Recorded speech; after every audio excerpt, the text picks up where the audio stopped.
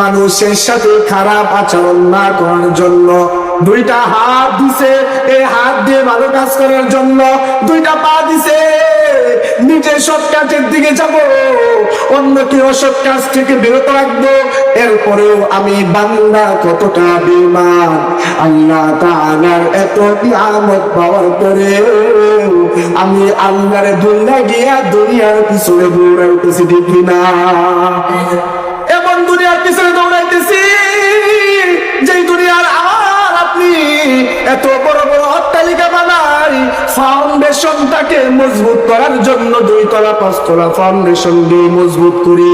ওগো বান্দারে, আমার আল্লাহ ডাক দিয়া বলেন, বান্দা তুমি যে এত ফাউন্ডেশন দিয়া বাড়ি বানাইতেছো, এত ফাউন্ডেশন দিয়া যে এত কিছু করতেছো, তুমি কি জানো না তোমার আগে তোমার দাদাও তো এই জমিনে থাকতে পারে নাই, দাদার দাদার জমিনে থাকতে পারে নাই, তোমার বাবার জমিনে থাকতে পারে নাই, তুমিও বান্দা থাকতে পারবা না।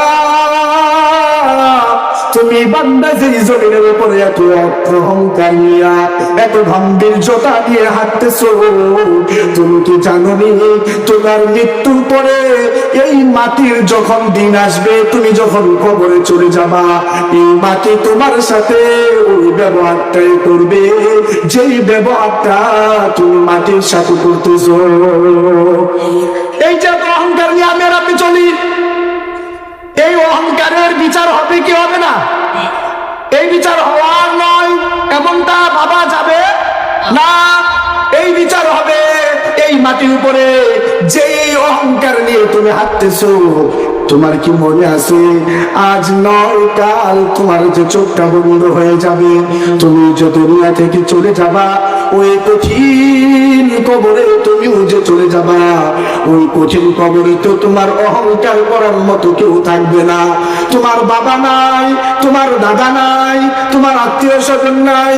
রব্বে কারীম বলেন, ইয়াউমা ইয়াফিরুল মার'উ মিন আখিহি ওয়া উম্মিহি ওয়া আবিহি ওয়া সাহিবাতিহি ওয়া বানিহি। এই দুনিয়াটা তোমার জন্য অনেক মানুষের সমাগম আছে, তোমার পরিবার আছে, মা বাবা আছে, ভাই বোন আছে। যেই বাবা তোমাকে এত ভালোবাসে, মনে রাখবা ওই কিয়ামতের কঠিন ময়দানে ওই বাবা তোমাকে চিনবে না রে ভাই। যে মা এত ভালোবাসে, যে মা তোমার কথা শুনলে ঢাকা থেকে বাড়িতে আসবা, শোনার পরে রাতে ঘুমায় না, দরজায় দাঁড়ায় থাকি, ঠিক কিনা? ওই বাবা মাও ওই কঠিন ময়দানে তোমার সন্তানকে চিনবে না।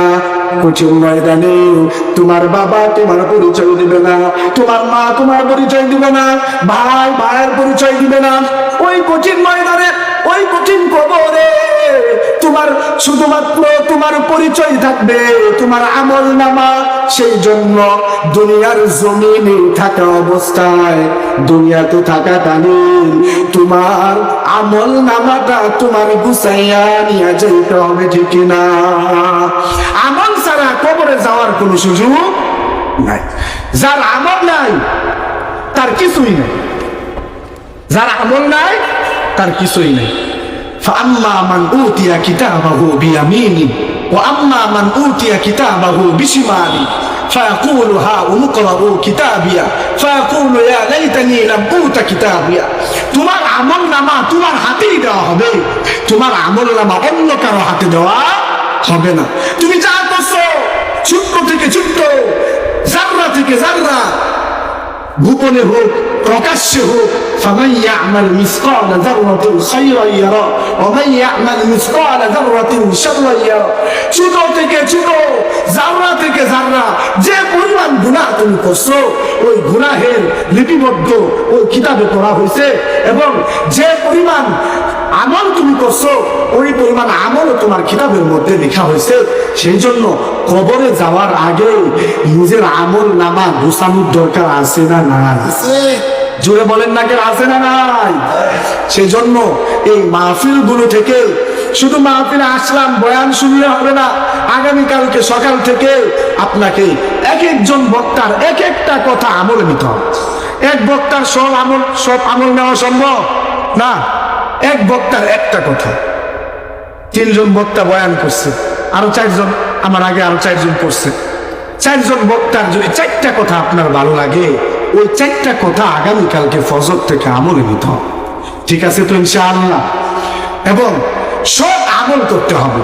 সৎ আমল যে করবে, সৎ ঈমান যার থাকবে, খালেস তওবা যে করতে পারবে, আমার রাসূল বলেন কোন বান্দা যদি খালেস তওবা করে, এমন তওবা যেই তওবা সে তার জীবনের সমস্ত গুনাহের জন্য রব্বে কাবার কাছে লজ্জিত হয়, আমার আল্লাহ বলেন ইল্লা মান তাবা ওয়া আমানা ওয়া আমিলা আমালান সালিহা ফাউলাইকা ইউবাদদিলুল্লাহু সাইয়্যাতিহিম হাসানাত ওয়া কানা আল্লাহু গফুরার রহিমা। সমস্ত গুনাহ তো আল্লাহ মাফ করে দিবেন ওই গুনাহের জায়গায় নেকি দ্বারা ভরপুর করলে। সুবহান।